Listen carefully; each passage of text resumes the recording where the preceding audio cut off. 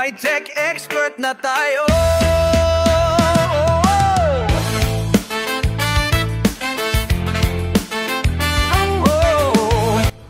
Welcome back sa ating channel mga bro. So doon sa mga gustong magpagawa, so PM lang po. So ito yung gagawin natin ngayon, isang Hisense na 50 inches. So bali ano na to, frameless na. So shout out nga pala kay bro Milvin na Magsalin. Maraming salamat sa free na jingle. So, magagamit natin sa ating mga vlog. So ito yung problema niya, may mga bar lines. So ito naman yung kanyang model number. So ito naman yung kanyang T-con board. So pag ganun yung problema niya, so obvious naman na nasa panel yung problema or yung kanyang LCD. So check natin ngayon itong kanyang panel sa pamamagitan ng paghang ng mga flex. So inuna nating dinisconnect yung sa right side na flex papasok sa ating LCD panel at check natin kung ano yung lalabas na display. So sa pamamagitan ng paghang ng mga flex, kung meron siyang T-con, malalaman natin yung problema.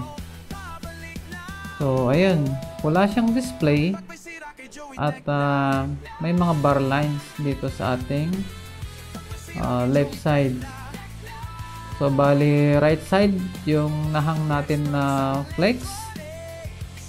Ang epekto, walang display na meron siyang mga bar lines doon sa left side. So yan, nahang natin yung right side na flex natin. So gagawin natin dyan, babalik natin yung dinisconnect natin na flex at subukan naman nating i-disconnect yung nasa ating left side. So ito, disconnect natin and then testing natin kung ano naman yung lalabas na display. Siya nga pala, doon sa mga hindi pa nakapag-subscribe sa ating YouTube channel, please subscribe at palike na din ng ating video para ganahan pa tayong mag-upload ng mga tutorial natin sa susunod. So ayan, may lumabas na display sa ating right side after nating mahang yung flex natin doon sa left side. So ibig sabihin yan ay good yung ating right side. Kahit na meron siyang mga bar lines na lumalabas, at least meron din siyang display. Hindi yung kagaya kanina na nung naghang tayo sa ating right side ay puro bar lines na lang yung natira sa left side ng screen at wala siyang display. So obvious naman ang problema dito ay nasa ating left side ng panel. So makikita nyo naman dun sa ating label dyan, yung kanyang clock or yung kanyang mga CKB lines ay from clock 1 to clock 8 mula sa gilid na yan. So gagawin natin, disable natin yan, i-blocking natin. So umpisahan natin sa gilid. So bali may mga supply dyan, BSS, LC1, LC2, and then sumunod na yung kanyang clocking. So bali nasa 12 lines yung disable natin dyan para malaman natin kung ano yung kalalabasan. So ayan, from clock 1 to 8. And then damay na din natin yung LC1, LC2, BSS. Pero yung talagang solusyon dito, sabihin ko na is ano lang yan dapat, LC1, LC2 yung problema. Pero blinaking ko lang dyan para malaman nyo kung anong epekto dahil sigurado na yung ginagawa nyo dito ay blocking nyo yung mga clock. Yung kasi yung karamihan na ginagawa ng mga papo natin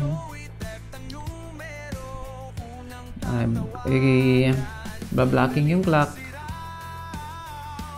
para maayos. Pero dito ang dapat dito na remedy ay mag-focus lang dun sa supply ng LC1, LC2. So ito, testing natin para malaman nyo yung epekto na i-blocking yung clock. Ayan, meron pa rin siyang bar lines kahit na na-blocking na natin yung sa left side na may problema. So ang solusyon dito ay huwag nating isali yung mga clock. Doon lang tayo focus sa supply LC1, LC2. So yung LC1, LC2 nito ay mula dito sa gilid, yung tabi ng ano dyan, tabi ng BSS. Ayan, pakita natin niya, BSS 1. So yung may isa pang supply dun sa gilid, tapos sa BSS 1, yung sumunod na dyan ay LC1, LC2. Yun, yung maliit na dalawang dot na yun, yun yung LC1, LC2. Pero minsan mahirap yung i-block. So pwedeng gawin nyo ay maghang na lang kayo dito ng resistor sa LC1, LC2 nya. So ayan, yung may label naman dyan. Pakadali namang malaman kung asan dyan yung LC1, LC2. So mula dito sa pinakagilid, stevie yung una, sumunod na LC1, LC2. So pwede kayong maghang dito kung may harapan kayong mag-blocking doon sa dito sa kanyang terminal. So ayan yung kanyang LC1, LC2 na resistor na kumonek sa kanyang label shifter IC. Ayan. So after natin itong ma-disable yung kanyang LC1, LC2, i-modify na din natin. So ang gagawin natin dito ay LC1 to BGL, LC2 to BGH. Gagawin na nating fix yung kanyang voltage ng LC1, LC2. So sukatan lang natin para makita nyo kung yung tinuturo ko kanina ay yun yung LC1, LC2.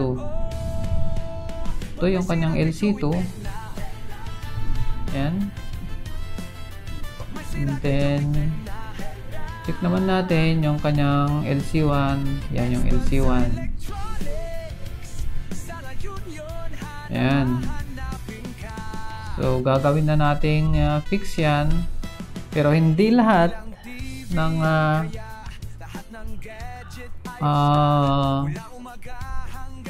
problema ay makukuha sa ganito. Minsan, pag nag-modify kayo, magkakaroon ng mga lines. Ayaw niya yung gawing fix. So, pag ayaw niya, so, hayaan nyo na lang hayaan nyo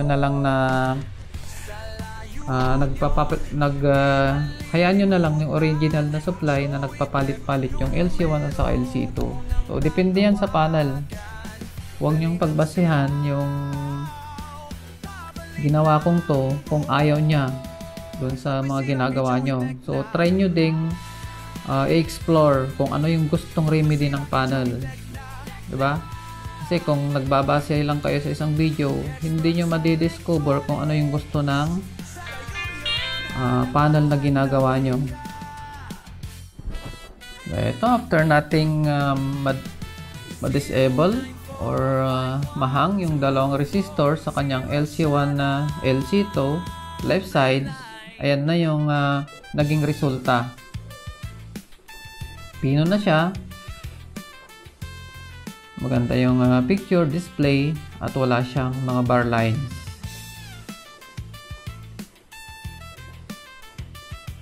So, ang next na gagawin naman natin dito ay tatanggalin natin yung series resistor na kumonek sa kanyang label shifter sa LC1, LC2 at saka gawin na natin fix yung voltage.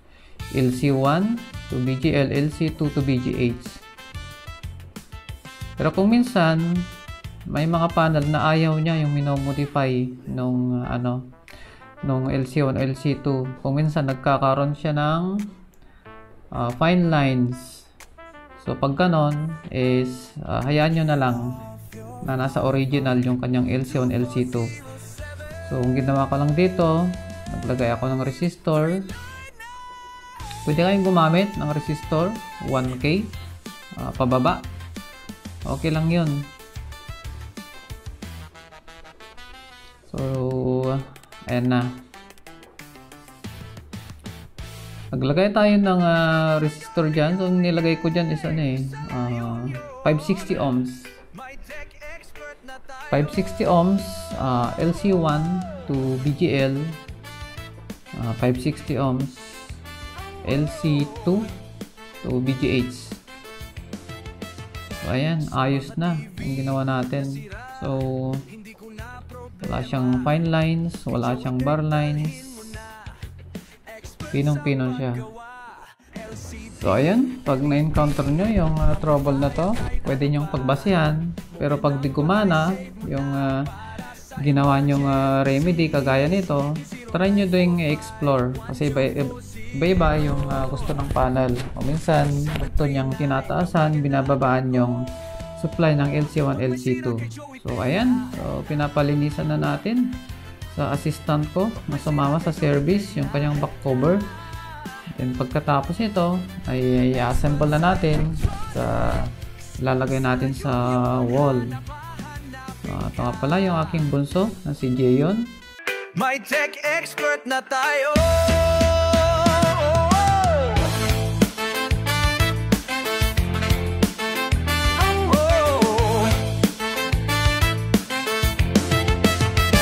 Sa mga TV na sira, hindi ko na problema. Kay Joey Tech dalhin mo na. Expert sa paggawa, LCD, LED, amplifier kahit ano pa. Mobile number ay save mo na para sa emergencies. 0945-1240 739, tawagan na agad. Oh, pag may sira kay Joey Tech na. Pag may sira kay Joey Tech na. Expert sa electronics, sa La Union hanapin ka. Hindi lang TV ang kaya, lahat ng gadget ayos na. Mula umaga hanggang gabi, handang tumulong siya. Amplifier may problema, speaker ba'y nasira na? Kay Joey Tech sigurado